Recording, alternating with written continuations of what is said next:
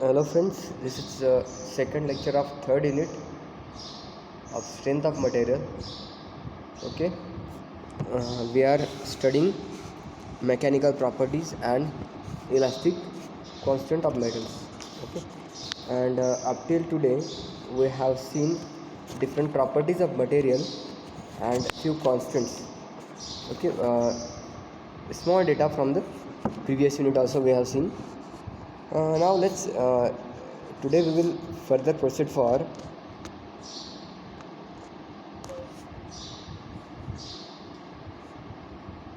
relation between biaxial stresses system.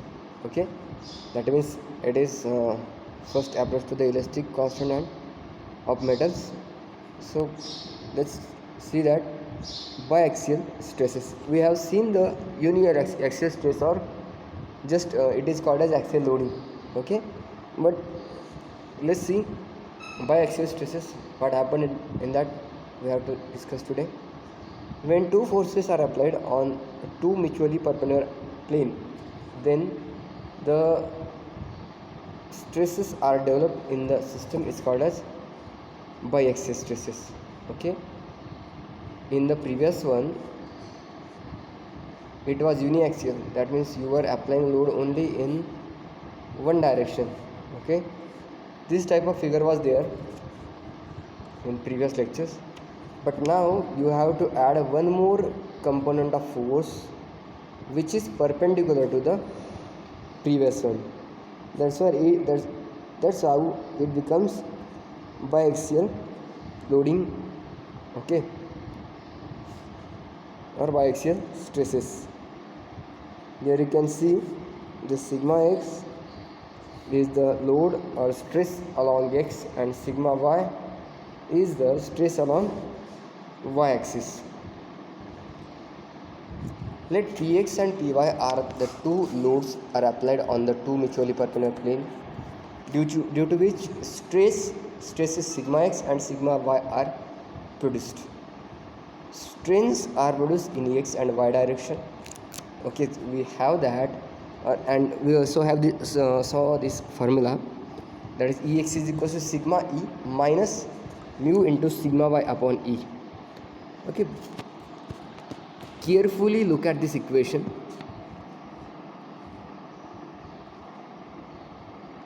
In previous uniaxial loading, if sigma were the stress, okay, sigma is stress, E is strain, and capital E is modulus of elasticity. In that case, what was happening here? There, that elongation E was equals to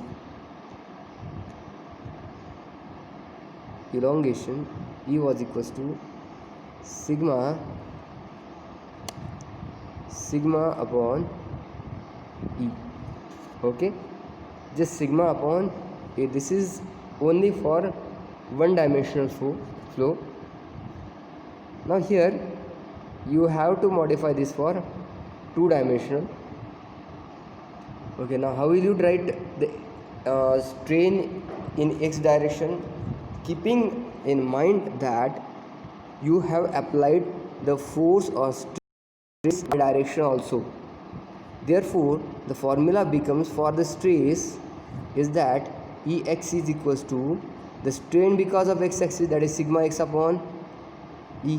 Okay, this is the strain produced in the element due to the load in x direction, and minus why minus, because the negative sign shows that reduction in cross section of that element. Okay, therefore there minus mu into sigma y upon E. Okay, this is the elongation due to the stress which is applied perpendicular to the sigma x. Okay, therefore in this way the formula for elongation, okay, formula for elongation in biaxial stress. Okay, for biaxial stress this formula become. Okay, now similarly for elongation in y direction, this is the elongation due to the applied force in the same direction, and this is the elongation due to this force which is applied, or stress which is applied in the transverse direction. So this becomes the formula for elongation in y direction. This is the formula for elongation in x direction when two mutually perpendicular forces are applied. Okay, x direction and y direction. Okay, so this becomes biaxial system of stressing. Note, sigma x and sigma y are tensile stresses. Take as positive. Above formula is true for sigma x and sigma y are tensile. Okay, keep one more thing in mind. You can see here both the stresses are tensile. Okay, that means they try to elongate the element. In case of this opposite forces, or if one of them is compressive and one of them is tensile, in that case formula will be different. Okay, got this thing? Again, see, biaxial stress system, two forces applied mutually perpendicular to each other. Then the stress developed in the system is called as biaxial stress. Okay, and total elongation in x direction. Okay, this is elongation in x direction. Elongation in y direction is the sum of, or you can say subtraction of, sigma x upon e, or elongation in x direction and elongation in y direction. Similarly, elongation in y direction is equals to elongation in y direction minus elongation in x direction. Okay, so here beyond that biaxial, we have one more thing, that is volumetric strain.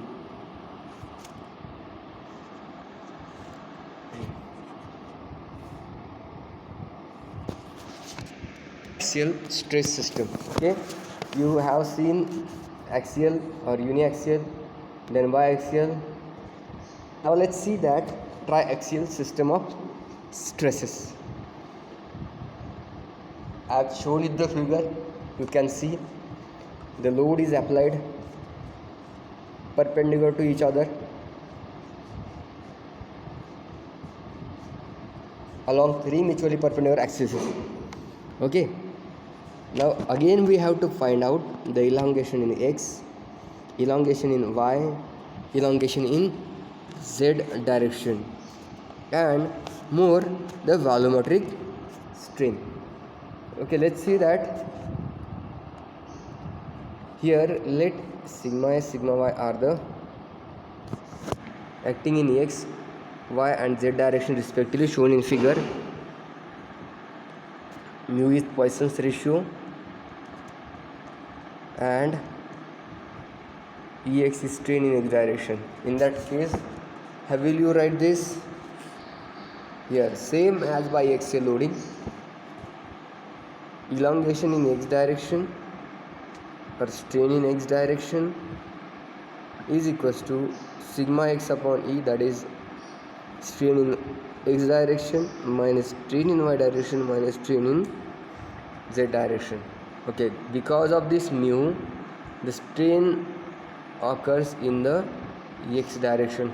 Okay, so this is the formula. Similarly for y, you can write for this y, strain in y direction is equals to this pure strain or strain because of sigma y in y direction minus strain because of in x and in z direction.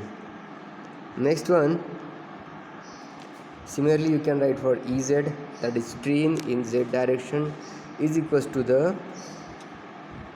strain due to the z direction or strain due to the load which is applied in z direction minus applied in x direction applied in y direction.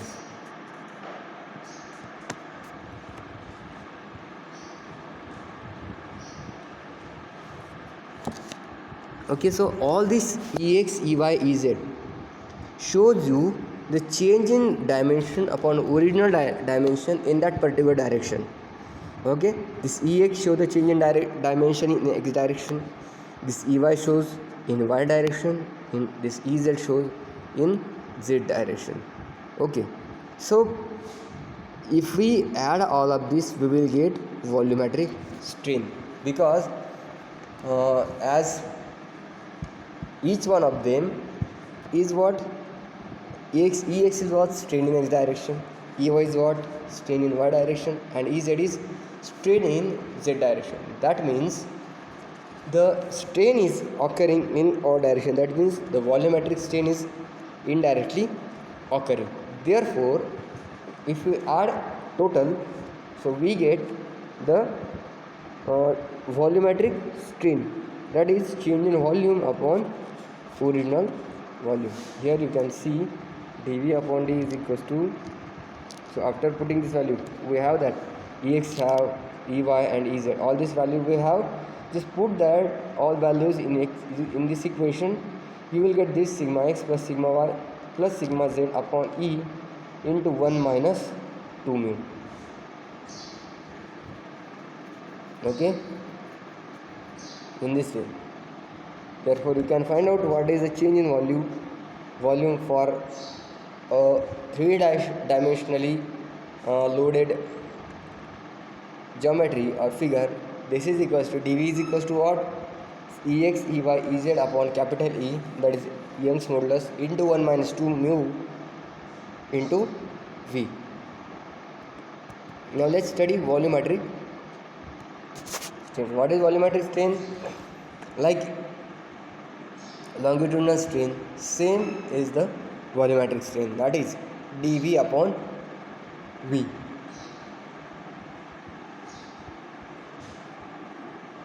EV is equals to volumetric strain, or read the definition. It is defined as change in volume per unit original volume is called as volumetric strain. EV is equals to dV upon V, where EV is volumetric strain, dV change in volume, and V is original volume. Okay, so this is the volumetric strain we might have seen in last lecture. Now next concept is bulk modulus. Okay, bulk modulus we have seen up to today, elastic modulus, Poisson's ratio, and here we are going to see bulk modulus. It is defined as the ratio of direct stress to the volumetric strain. Okay, direct stress to the volumetric strain is called as bulk modulus. That means what is stress? If there is a balloon, and if you have applied a pressure on it, okay, P is the pressure, and if A is the area of that on that balloon, therefore the load on that balloon is what? P into A, or pressure is equals to F upon A. If you derive the unit for pressure, which will be equals to sigma, the unit of sigma and pressure are both the same. Okay, therefore this is also a modulus, like elasticity was modulus of ratio of elastic strain to elastic stress. Okay, stress to strain, longitudinal stress to the longitudinal strain. It was the Young's modulus. In the same way, bulk modulus is there. It is the direct stress. That means we have applied the force, or that is dP is the pressure, and here dV upon d, this is the volumetric strain. Here how the, or this is how this bulk modulus is. Bulk modulus K is the direct stress upon volumetric strain. Okay, so writing this with the formula, you will get direct stress is what? Pressure upon volumetric strain is what? Just we have seen dV upon V. So totally we can say, or we can write, bulk modulus K is equals to P V upon dV. Okay, let's see further. Here they have given you bulk modulus equals to direct stress upon volumetric strain.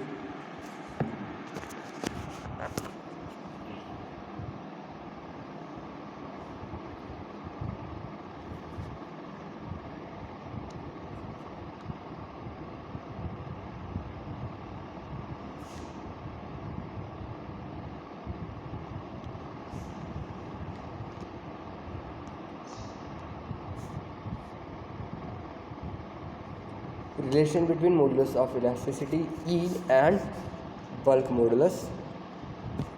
Let's see that.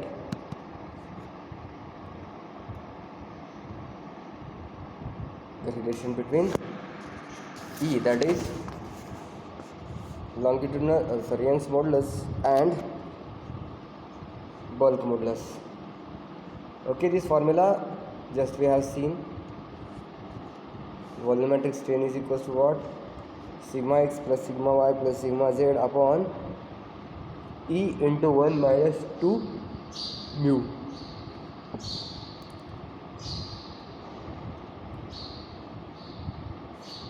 If sigma x equals to sigma y is equals to sigma z is equals to sigma, here it become 3 sigma.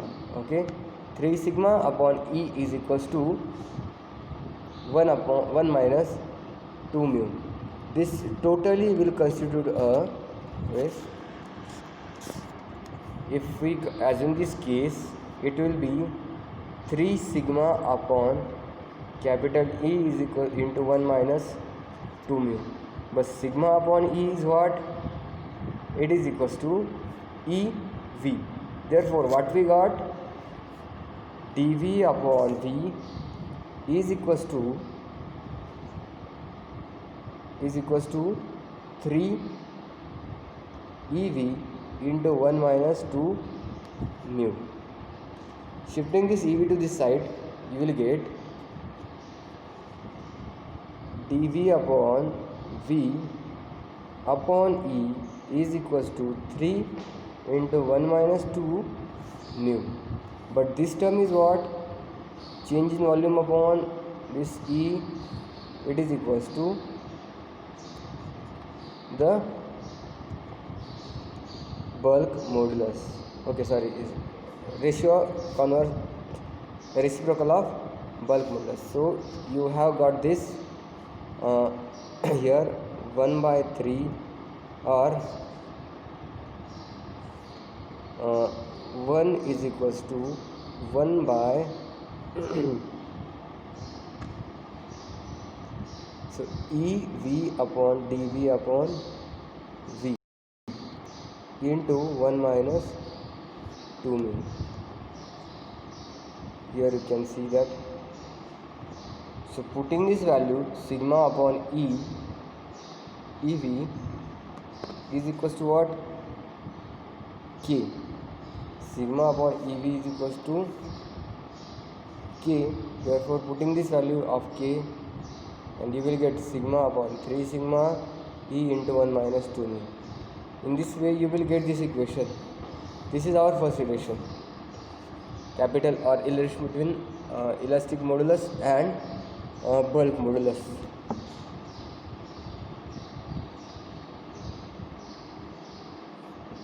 Properly keep in mind. Okay.